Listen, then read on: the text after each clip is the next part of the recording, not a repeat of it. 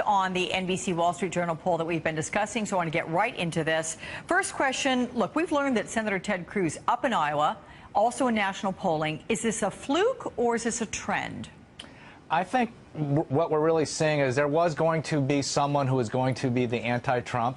For the summer and the early part of the fall, it was Ben Carson. But as Kristen said, as he's faded, Ted Cruz has jumped to take the mantle as anti-Cruz. And look, here's the one thing that Ted Cruz has that other candidates don't have, which he's a credible conservative candidate for president right now with Republicans. And conservatives, values voters, Tea Party voters, they're a healthy segment of the Republican primary electorate, especially in caucus states like Iowa. Okay. You mentioned Ben Carson. Let's talk about him for a moment because he dropped 15 points in Iowa since that last Des Moines Register poll. First of all, why such the dramatic slide, and what can he do to gain support in that critical state, or is it lost?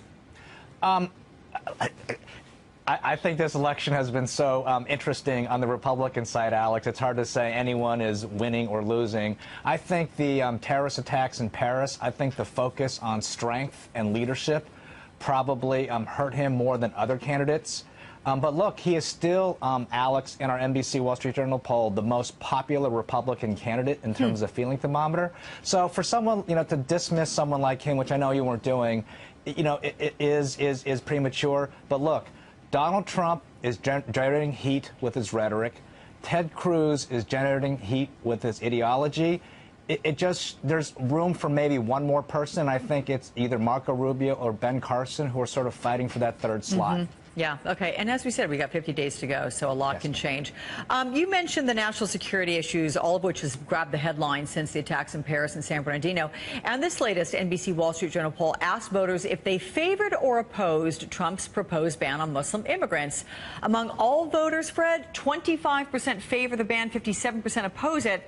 Among Republicans, 42% favor it, 36% oppose it. So do you think this is going to hurt Trump moving forward? Well, I think, look, I hate to give a pollster answer. It remains to be seen. I think, number one, as our Republican colleagues who do the poll with us have said, this is a really new issue for the American public. I think the other interesting number is the 17% of Americans who told us they had no opinion. And I think that's basically because this is such a new reality people are dealing with. It is an extreme proposal. Look, the arc of Donald Trump in 2015 is no matter what he says or who he offends, it seems to help him. I think our polling showed at the very least he's remained static.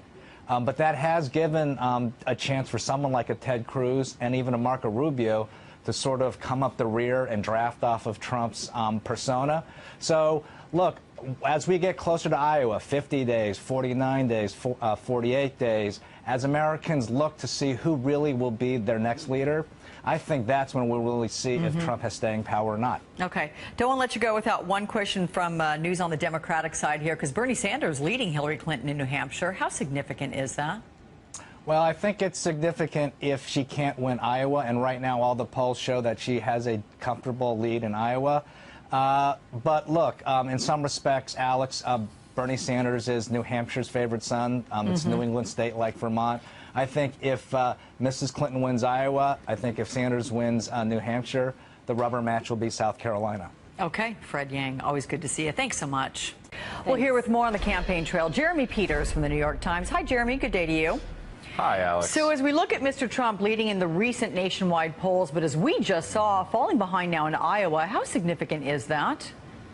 I think it's pretty significant. It's an extraordinary shakeup. I mean, that was the way that the very well-respected pollster, despite what Donald Trump says, Ann Seltzer, that's how she described this latest poll in Iowa that shows Cruz having jumped 20 points since the last survey in October. That's really incredible. While it shows how much the race has changed up until this point, I also think it's important to keep in mind how much more could still change in the month and a half that we have until the voting starts in Iowa. I mean, let's remember 2012, which isn't always a perfect analogy to 2016, Newt Gingrich was at something like 40% in December. So I think a lot can still shake out here. Yeah, I don't think there's any perfect analogy to 2016, frankly. But OK, let's go with the recent New York Times CBS poll in which 40% of all viewers say they are actually scared of what Donald Trump would do in office. I mean, can the GOP Realistically, Jeremy, choose him with such strong opposition? I still think if he's the nominee there, you have every reason to believe that Republicans will lose something like 40 states. I mean, he's just, he's reckless with his words. He has not proven to be, somebody who has a firm grasp of policy. And that kind of stuff against Hillary Clinton in a general election, I think will just doom him. That said, if you listen to Republican primary voters, Trump supporters, about why they support him, they support him in spite of those things. They like the fact that he's vulgar, that he speaks off the cuff without a filter, and it's almost like the more that the mainstream media criticizes him, the more that Democrats criticize him, the more that the establishment Republicans criticize him, the stronger he becomes. Yeah. Well, your last comment dealing with nationally and what would happen were he to be pitted against Hillary Clinton in a general election. But let's look at Iowa, because to your point, the numbers show 76% of those polled nationwide believe that Trump says what he truly believes. He is not saying what he thinks is politically correct to his base. This is how he thinks. So does this candor help him or hurt him in Iowa? I think ultimately people want to see a competent leader. And to the extent that Trump is more of a projects strength, and that's what he's trying to do, then that has more of an effect. And this does he tell it like it is question, I think, is just an added benefit for him. I think what's going on there is people who see a stagnant political system. They see leaders that have been elected and promised to change things and ultimately don't change things, and they see Donald Trump as the manifestation of somebody who can bust all of that up. How about Senator Ted Cruz? Why is he gaining ground? I mean, why do you think that is? So I was just in Iowa, Alex, and one of the more remarkable things that I observed was how people said that Cruz has really been hustling on the ground there. And it's not just Cruz. Something that often doesn't get talked about is the way that his father, who is a preacher, is going out and working the churches. And that goes a long way. I mean, evangelicals are something like, evangelical born-again Christians are something like 60% of the Iowa Republican electorate, or 60% of the caucus goers in the last election. So that is really, really significant. And to the extent that Cruz is able to present himself as the choice, remember he got that big endorsement earlier this week from the Family Leader, a religious conservative group, and this is strengthening him. But you know what's interesting to me, Jeremy, and I can't always make sense of what Donald Trump is saying, but the fact that he calls out Ted Cruz and criticizes the legitimacy of his evangelical beliefs. You just talked about his father. He's an evangelical pastor. I know. It's one of those things that Trump says that really doesn't make any sense. It isn't rational. It's not true. I mean, like a lot of evangelicals come out of the Upper East Side of Manhattan where Trump lives. I mean, come on. But it's Trump speaking in code, and he's trying to undermine Cruz's biggest strength, and that's what ultimately Donald has done to other candidates, is undermine them. Will it work? It didn't seem to work so effectively with Rubio the way that it worked with Jeb, or the way it worked with Carson. But I don't know. I don't see this one sticking. I know that last night you wrote about Chris Christie attacking Marco Rubio for being hard to find in New Hampshire. Is that race becoming a fight for second place? It really is. I mean, Christie has been on the upswing there. You see him, I think he's virtually now tied with Rubio for second place in the latest poll. Christie, it's funny because while Iowa, in a way, is shaping up between this battle of who the anti-establishment favorite is, New Hampshire is just the opposite. It's the battle for the establishment favorite. And right now, that race is coming down to Christie and Rubio. So Christie really needs to take Rubio out, and he's been trying very hard to do that. First, his attacks were on Rubio, as not being adequately prepared or experienced enough in foreign policy and national security. Now it's that Marco is not in it to win it in New Hampshire, and Christie is hoping that undermines him with New Hampshire voters who really take quite seriously their second in the nation status. Okay, from the New York Times, Jeremy Peters, always good to talk with you. Thanks so much. President Obama is attempting to reassure the nation his administration can win the fight against ISIS and keep Americans safe from terror attacks. On Monday, I'll go to the Pentagon, and there I'll review our military campaign and how we can continue to accelerate our efforts. Later in the week, I'll go to the National Counterterrorism Center. There, I'll review our efforts across our entire government to prevent attacks and protect our homeland. Let's bring in former U.S. Ambassador to the UN and New Mexico Governor Bill Richardson. And as always, it's very good to see you, sir. Thank you. As you know, the president, since last Sunday's Oval Office speech, has been attempting to assure the American public the U.S. is gaining the upper hand in the fight against ISIS. Do you think he's succeeding? Well, I think the president's policy is in the right direction, but I'd like to see a little more aggressiveness. My hope is that he sets up counterterrorism military bases around the world. Maybe that's why he's going to that center. I think we need a no-fly zone. I agree there with Secretary Clinton. I also think we need to increase our military pressure on Sunni countries, the Saudis, the Iraqis, to put troops on the ground.